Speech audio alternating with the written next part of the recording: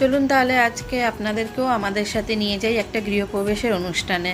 High, আমার নতুন একটি ভিডিওতে আপনাদের সবাইকে অনেক অনেক ওয়েলকাম। এখানে আমরা রেডি হয়ে নিচ্ছি, আমার হাজব্যান্ড তো আগেই রেডি হয়ে নিচে চলে গেছে, আর এখানে মানা চোখে মাস্কারা লাগিয়ে নিচ্ছে।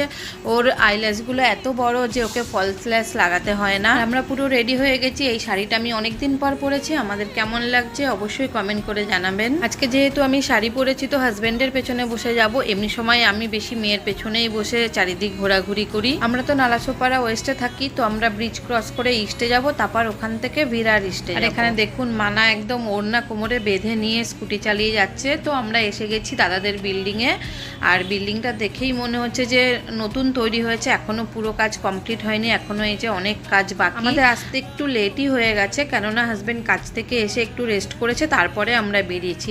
আর এখানে নিচেই খাওয়া দাওয়ার প্যান্ডেল হয়েছে, তো আমরা প্রথমে আগে ঘরে যাব। আর এখানে দেখুন লবিটা কত সুন্দর। আমরা এবার লিফটে উঠে পড়েছি, যাব একদম টপ ফ্লোরে, কেননা দাদাদের ঘরটা একদম টপ ফ্লোরে নিয়েছে। তো এসেই প্রথমে আমি ঠাকুর প্রণাম করে নিলাম, আর ঘরটা ভালো করে চারিদিকটা ঘুরেও দেখলাম, খুব সুন্দর হয়েছে ঘরটা। আর এবার আমরা চলে এসেছি বেডরুমের ব্যালকনিতে। ব্যালকনি থেকে দেখুন নিচের মানে ভিউটা এত সুন্দর লাগছে, কিন্তু আমার খুব ভয়ও লাগছে, এত উঁচু থেকে নিচের দিকে তাকালে পুরো মাথা ঘুরছে।